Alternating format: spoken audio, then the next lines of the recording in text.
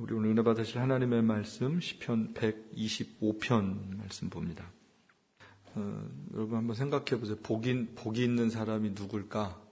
그냥 성경에서 말하는 복도 좋고요. 여러분이 생각할 때 이 사람 참 복 있는 사람이다. 그럴 때 여러분이 생각하는 기준에 복 있는 사람이 누굴지를 한번 가만히 생각해 보세요. 저 사람 참 아주 쉽게 저 사람 참 부럽다. 이런 사람이야. 나도 저 사람처럼 되고 싶다. 이런 사람을 여러분 마음에 한번 그려보세요. 그럼 그게 솔직하게 우리가 생각하는 복이에요. 내가 생각하는 복. 근데 성경에서는 어떤 사람이 복 있는 사람인가? 제일 근본적인 복은 하나님을 아는 게 제일 큰 복이죠. 그렇죠? 하나님을 아는. 그래서 하나님을 안다라는 얘기는 그냥 나 알아, 저 사람 이름 알아 뭐 이런 게 아니라 히브리적으로는 경험되어진. 그래서 하나님을 경험했어요. 하나님의 은혜를 주셨어요. 그래서 하나님을 알게 됐고 그 하나님과 내가 이렇게 인격적 교류가 있는 거예요. 그래서 그 하나님의 구원의 은혜가 뭔지를 알고 하나님 나라가 뭔지를 아는 그런 체험적 신앙 고백이 있을 때 하나님을 안다라고 이야기를 하는 거거든요. 그래서 하나님을 그렇게 알게 된 사람, 하나님의 아심받은 사람, 이 사람이 복 있는 사람이죠. 여러분 그렇습니까? 이게 제일 중요한 복이에요. 그런 다음에는 두 번째 복이 뭐냐면요. 하나님을 의지하는 사람이 복 있는 사람이에요. 하나님을 알기는 해요. 그런데 의지하지 않고 살 수 있죠. 그런데 하나님을 의지하고 사는 게 복이에요.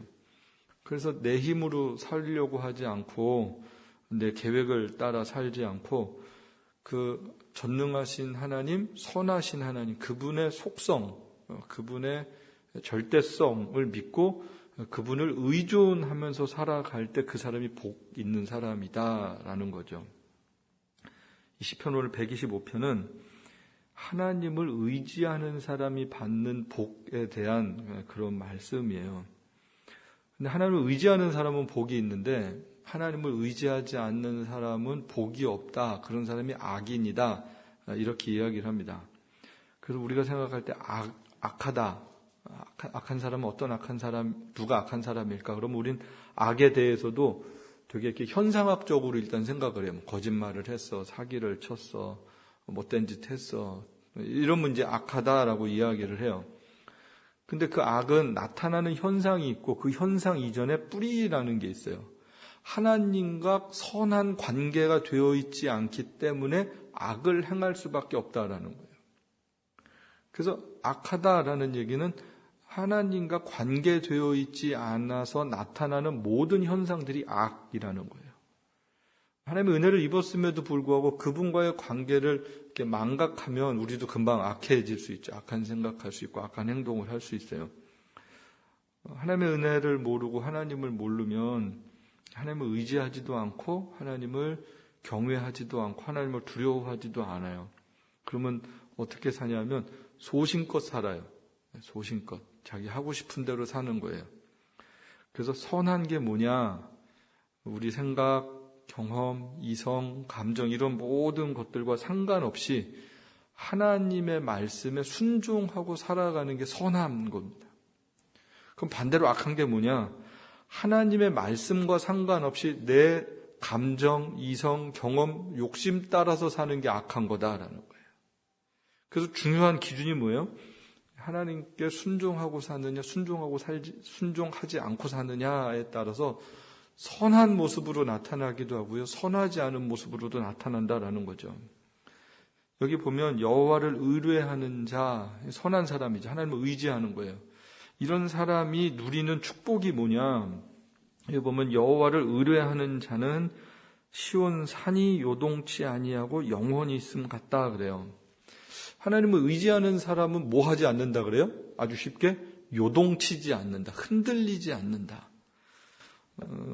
근데 여러분 사실 세상이 흔들려요? 안 흔들려요? 세상 복잡하잖아요. 우리 마음도 흔들리는 일들이 되게 많고.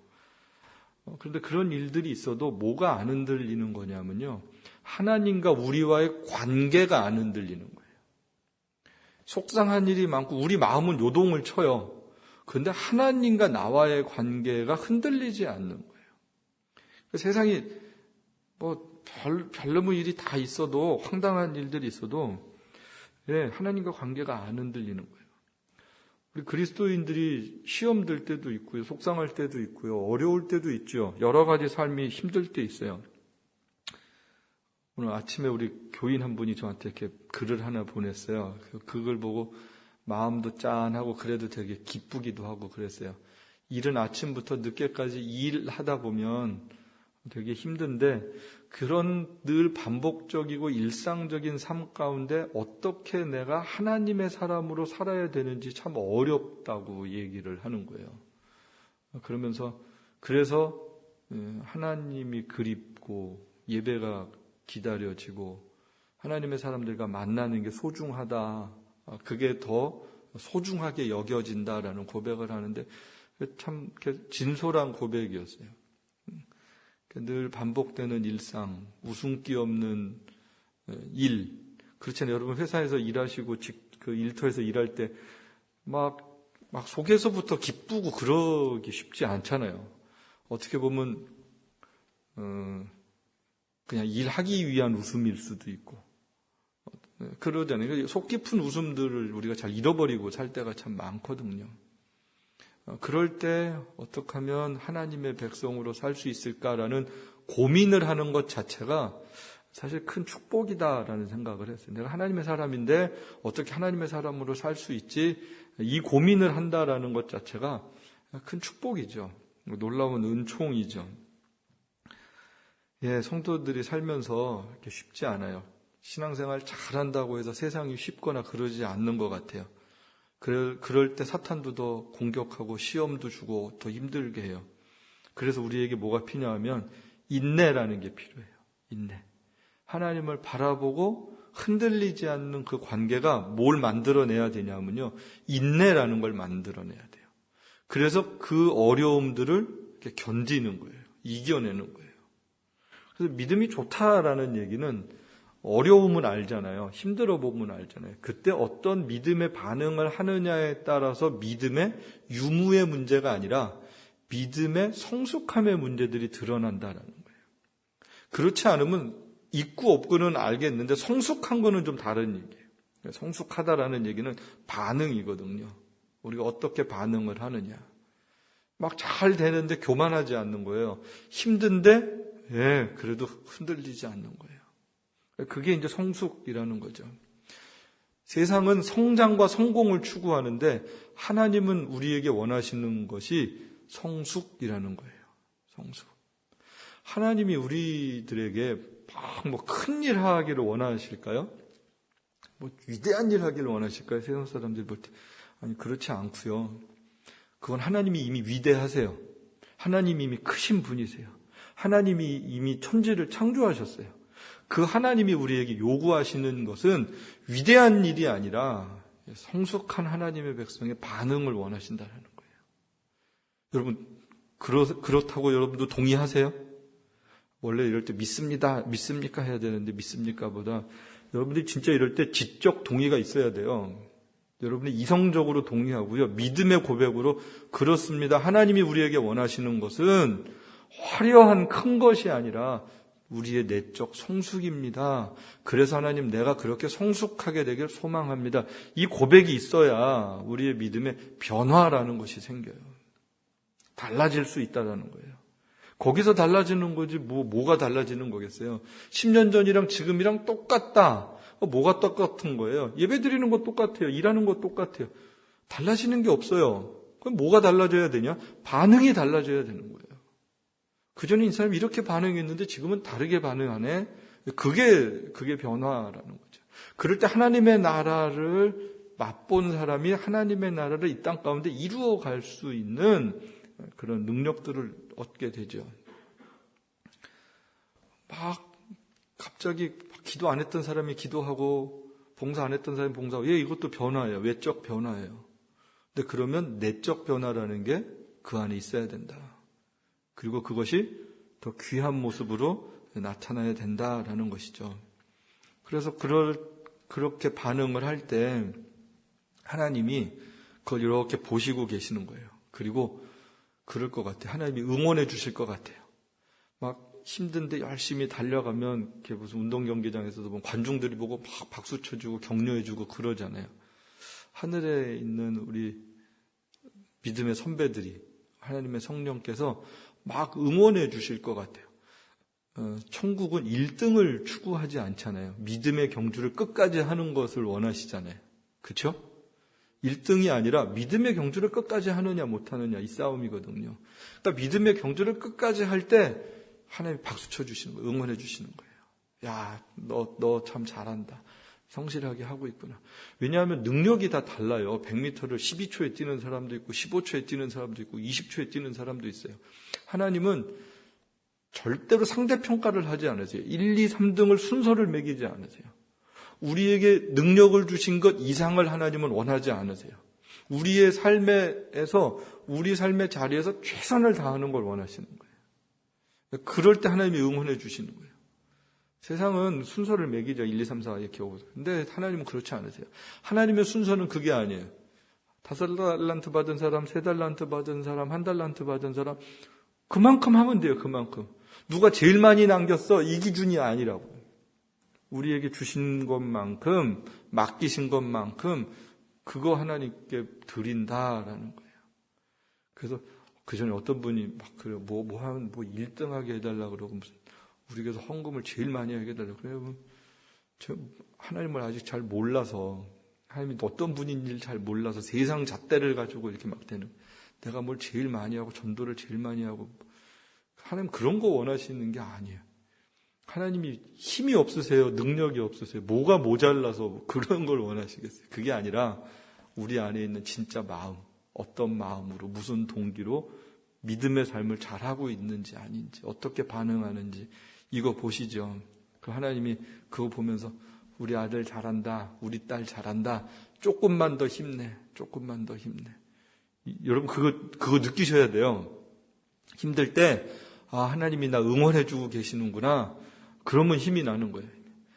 아무도 몰라. 그러면 힘 안 나잖아요. 아무도 몰라. 혼자 일할 때, 혼자 기도할 때 아무도 몰라. 할 맛 안 나죠. 그럼 진짜 할 맛 안 나요. 사람을 보면 할 맛 안 나요. 아무리 은혜를 받아도 사람을 보고 일을 하면 진짜 할 맛 안 나요. 근데 그냥 하나님은 보고 계셔. 이거 하나만 알면 언제 어디서든지 믿음의 경주를 할 수 있다. 그렇게 사는 사람이 하나님 의지하고 복 있는 삶이죠. 그래서 그렇게 살면 우리 영혼이 안전한 거예요.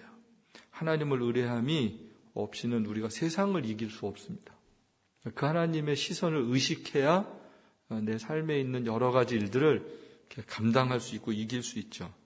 그리고 힘들면 하나님 나 힘들어요 그렇게 고백하는 거예요. 힘이 들어서 하나님이 도와주셔야 될 것 같아요. 내가 더 이상은 힘들어요.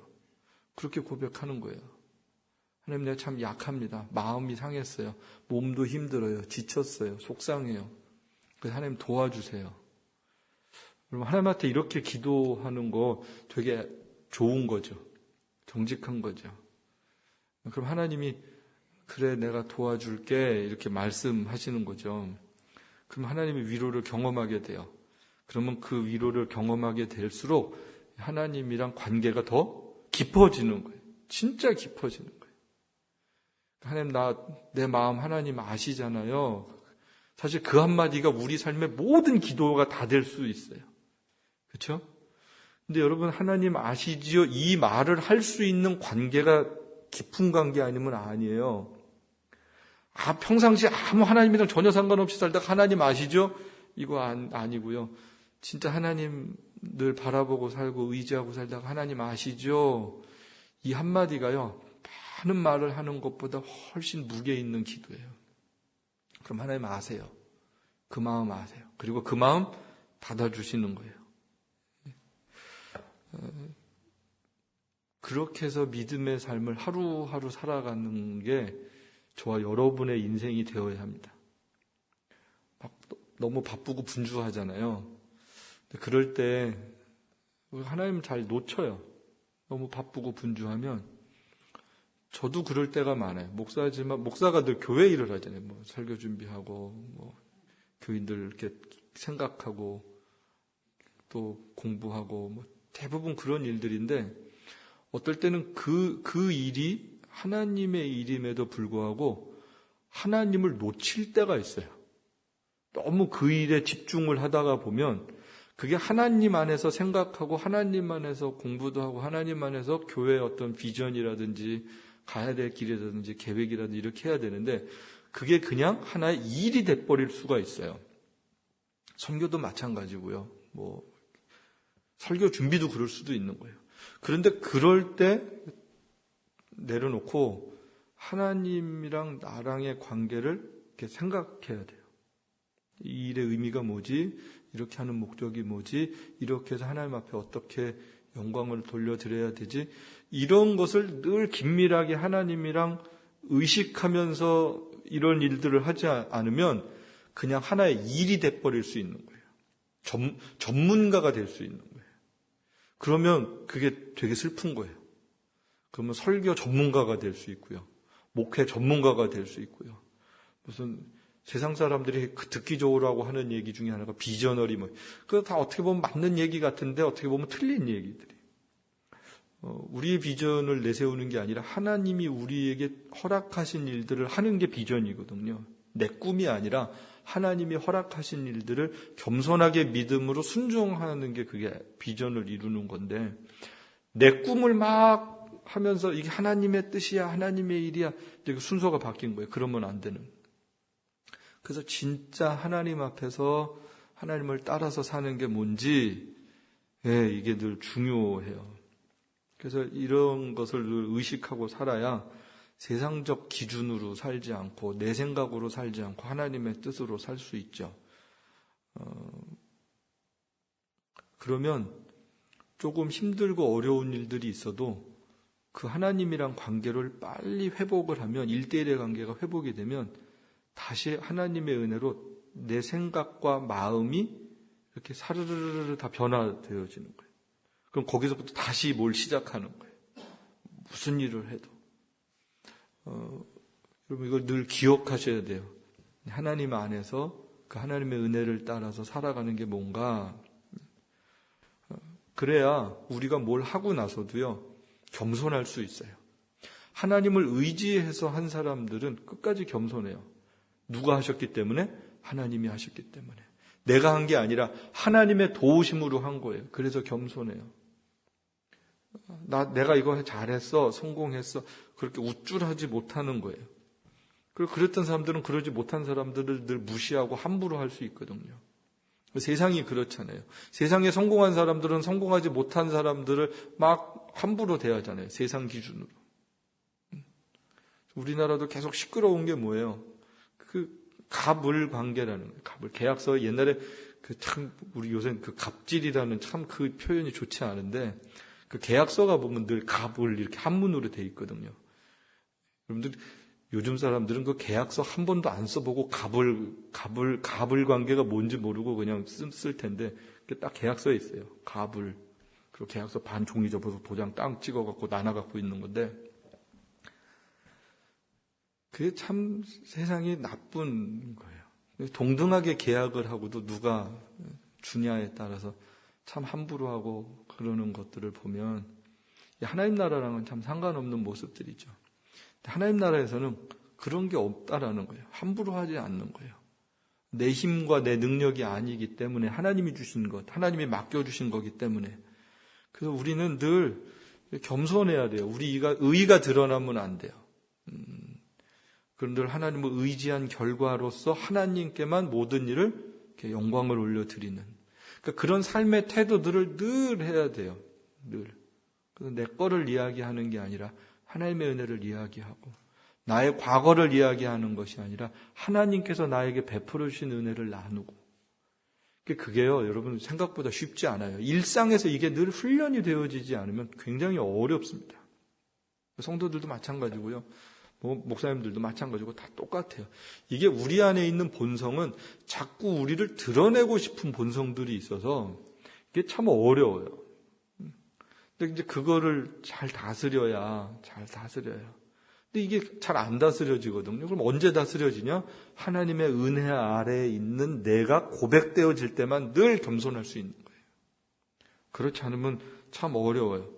그래서 아까 제가 처음에 서두에 말씀드린 대로 복 있는 사람이 어떤 사람이냐? 하나님을 아는 사람, 그 다음에 자연스럽게 그 하나님을 의지하는 사람, 그리고 세 번째는 그 하나님을 의지해서 겸손할 줄 아는 사람이 복 있는 사람입니다. 그렇죠? 여러분, 겸손한 사람, 복 있는 사람이라고 인정하세요. 정말 복 있는 사람, 겸손한 사람, 복 있는 사람이에요. 왜냐하면 겸손이 아무나 되지 않잖아요. 여러분, 주변에서 진짜 저 사람 참 겸손해 찾아보세요. 생각보다 없어요. 못 찾아요. 쉽지 않아요. 나부터도 안 되거든요. 나부터도. 나한테 겸손함이 있나 찾아보면 진짜 없어요. 다른 사람을 나보다 좀 귀하게 여겨라, 높게 여겨라. 이거 진짜 안 돼요. 그럴 때마다 이 참 죄인의 본성이 지금까지 살아 있어서 그게 안 되는 거예요. 어떻게 하면 높아지려고 그러고 어떻게 하면 낮으려고 그러고 다른 사람들 함부로 하려고. 이게 본성이에요, 본성. 그래서 하나님의 은혜를 알고 하나님을 의지해서 겸손할 줄 알면 그게 정말 큰 축복이다. 겸손이 축복이다. 겸손한 사람들은요, 자기를 정말 잘 다스릴 수 있죠. 그래서 그런 사람들은 하나님이 지켜주시는 거예요. 2절에 보면 그래요. 하나님께서 산들이 예루살렘을 두름과 같이 자기 백성을 지금부터 영원까지 지켜주신다고요. 하나님을 의지했던 사람, 하나님을 의지하는 사람은 요동치 아니하고 그런 사람들은 하나님께서 영원까지 지켜주신다 그래요. 잠깐 지켜주시는 게 아니라 영원까지 지켜주세요. 지금부터 영원까지.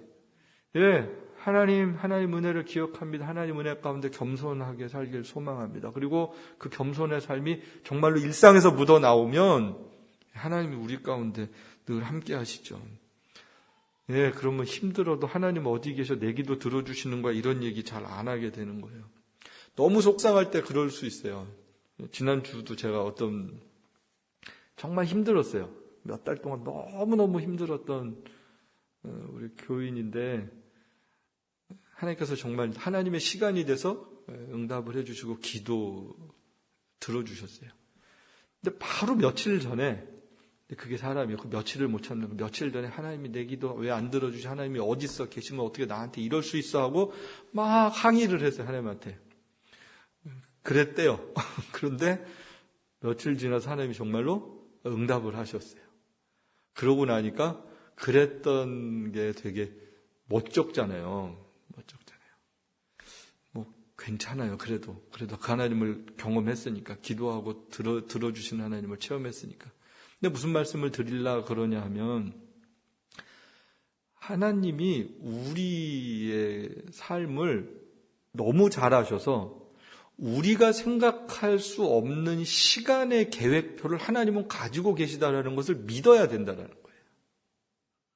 그러니까 나의 계획이 실패가 되고 내 생각이 이 시간에 이렇게 안 되고 이게 빨리빨리 안 되고 그래도 조금 우리가 우리의 감정을 다스리는 훈련들을 해야 돼요. 그때 너무 일찍 반응을 해서 하나님 앞에 자신도 민망하고 다른 사람들한테 자신도 민망하면 그게 안 좋은 추억이 되는 거예요.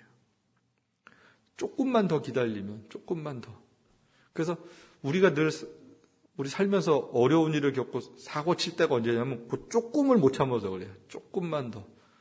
정말 그 조금만 더 참으면 되는데. 그러니까 하나님의 응답의 시간과 내가 감정적으로 반응하는 거의 차이가, 시간차가, 여러분들 지난 시간들을 되돌아보세요. 그래 얼마 차이가 안 나요. 요거 조금만 지나갔으면 되는 건데 이런 것들이 많다고요. 그래서 늘 제일 힘들다고 생각할 때 끝이 보인다 이 생각을 해야 돼요. 끝이 보인다. 그렇잖아요. 새벽 동트기 전에가 제일 어둡다 그러잖아요.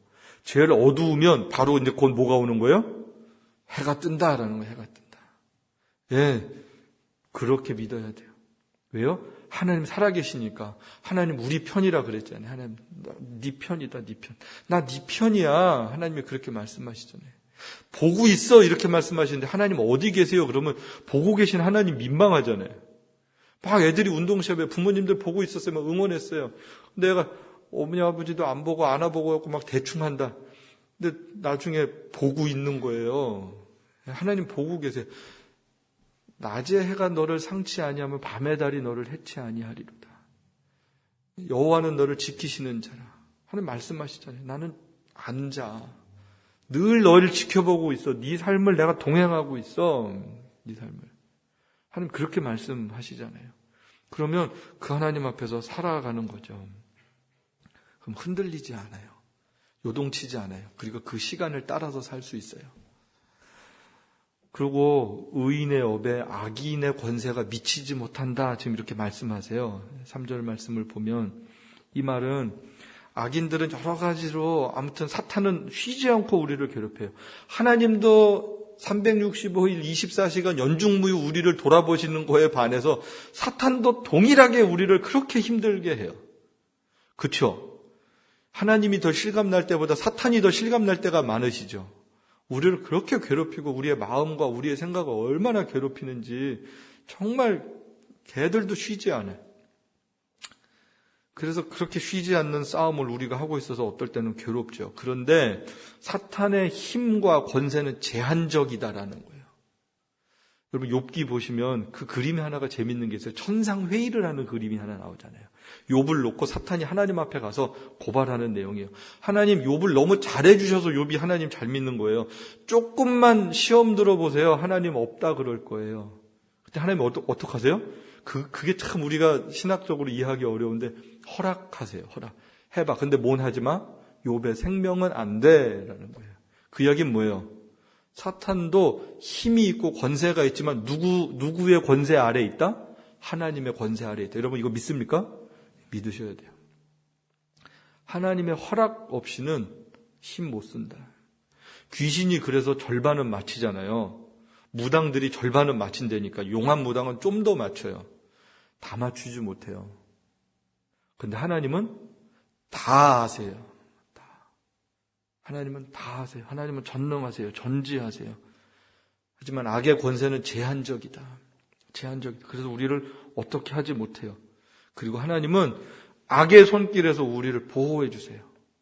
원수의 목전에서 상을 베풀어 주세요. 주의 막대기와 지팡이가 우리를 보호해 주세요. 그래서 마지막에는 어떻게 되는 거예요? 하나님의 영광의 잔치에 참여하는 거예요.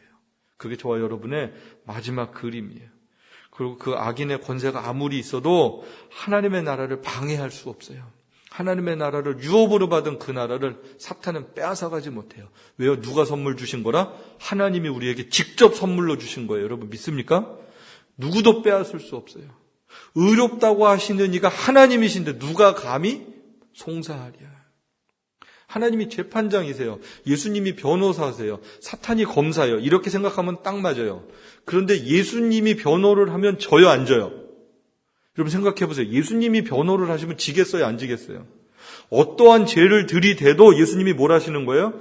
내가 저 죄를 위해서 십자가에서 이미 죄값을 치렀습니다 하는 순간 우리의 죄는 뭐가 되는 거예요? 무죄가 되는 거예요. 여러분 믿습니까? 그게 은혜라는 거예요, 은혜.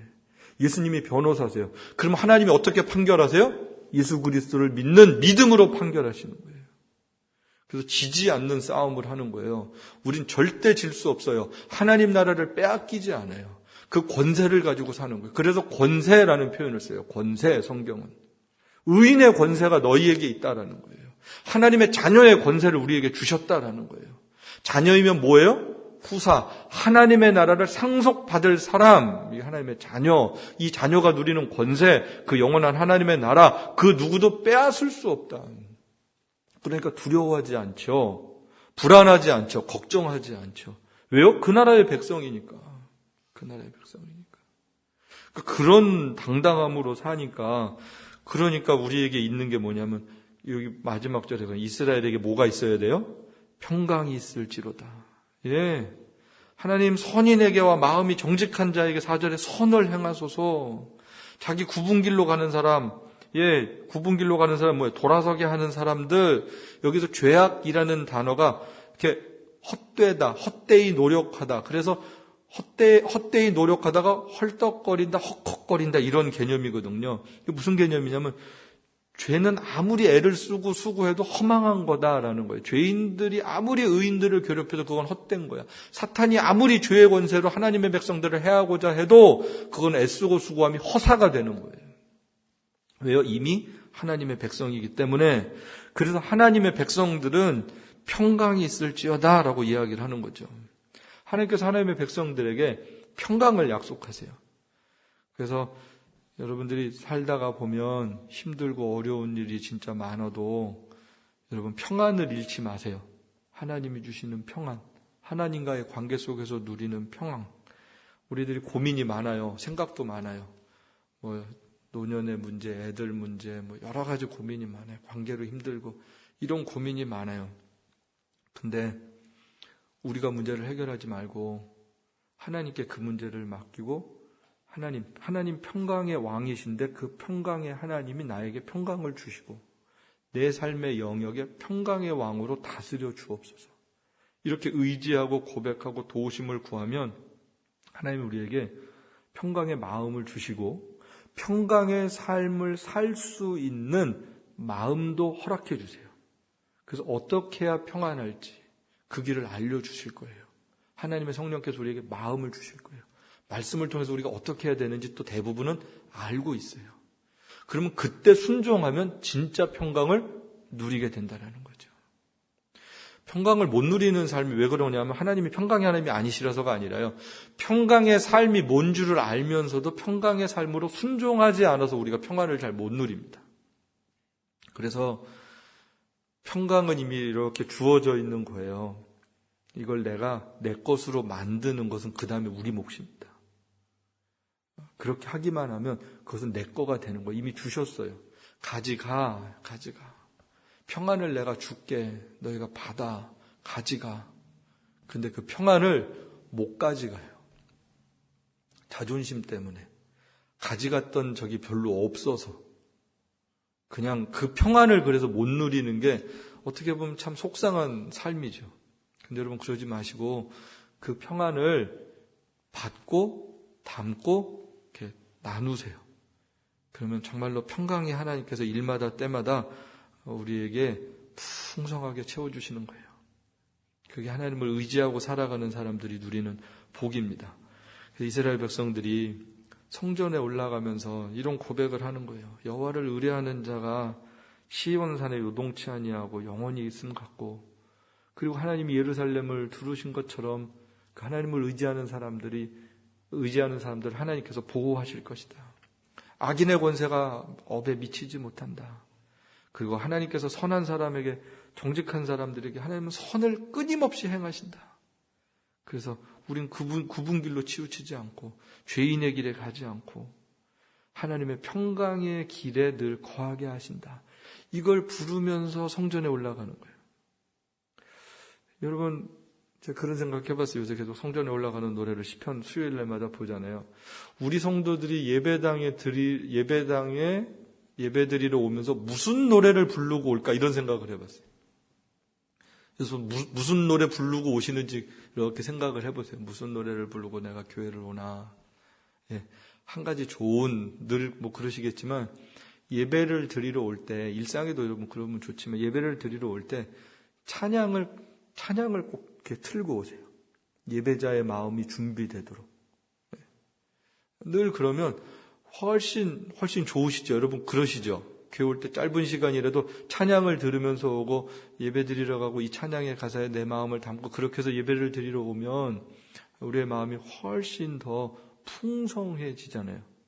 여러분들 수요일 날 오신 분들도 늘 그러고 오시리라고 제가 믿어요.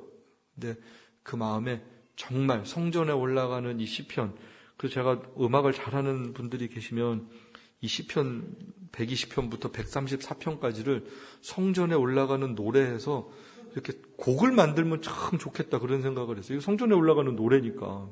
그래서 이런 것을 가지고 성가대 찬양도 하고 찬양팀이 찬양도 하고 그럴 수 있으면 참 좋겠다 그런 생각이 좀 들었어요. 여러분들이 늘 이 시편 뒷부분에 있는 말씀을 이렇게 많이 묵상해 보세요. 저는 요즘에 이 시편 묵상하고 그러면서 되게 감사해요. 정말 이렇게 하나님을 더 이렇게 뭐라 그럴까요? 여기 계신 하나님을 예배하는 것 같은 마음이 많이 더 실감이 나는. 그리고 이스라엘 백성들이 포로에서 돌아와서 그 감격으로 이 성전 예배가 얼마나 70년 동안 못 드렸다가 드려지니까 이게 얼마나 귀한 건 줄을 아는 거예요. 약간 오지에서 일했던 선교사님들, 핍박 가운데 있었던 선교사님들이 제일 소망하는 게 이렇게 성도들이 많이 모여서 같이 예배드리고 그럴 때 예배만 드려도 찬송만 울려도 막 울고 그러거든요. 전에도 우리 누구예요? 김연아 선교사 와서 이렇게 예배드리는 사람이 한꺼번에 많이 있어 본 적이 너무 오래간만이라서 그게 너무 기쁘다고, 그게 너무 감사하다고. 근데 우린 그거에 대한 감동이 별로 없어요. 늘 하도 이게 일상이 돼가지고. 근데 그러지 마시고 그 한 번의 예배, 한 번의 찬송 이런 게 정말 하나님의 은혜가 참 감사합니다. 영원한 하나님의 백성으로 날 삼아주신 거 감사합니다. 그러면서 그 한마디, 한 생각, 기도 하나, 말씀 이렇게 보는 거 하나, 이게 막 그렇게 되면 그분과 우리 사이가 진짜 가까워지는 거예요. 하나님이랑 가까워지면 진짜 좋은 거잖아요. 그렇죠? 그분이랑 가까워질수록 복 있는 거잖아요. 그분이랑 가까워질수록 행복하잖아요. 그분이랑 가까워질수록 걱정 없잖아요. 그분이랑 가까워질수록 고민하지 않아도 되잖아요. 여러분 그렇게 가깝게 살아가는 정말 여러분이 성전돼서 그 주님 예배하는 저와 여러분들에게 주님의 이름으로 축복합니다.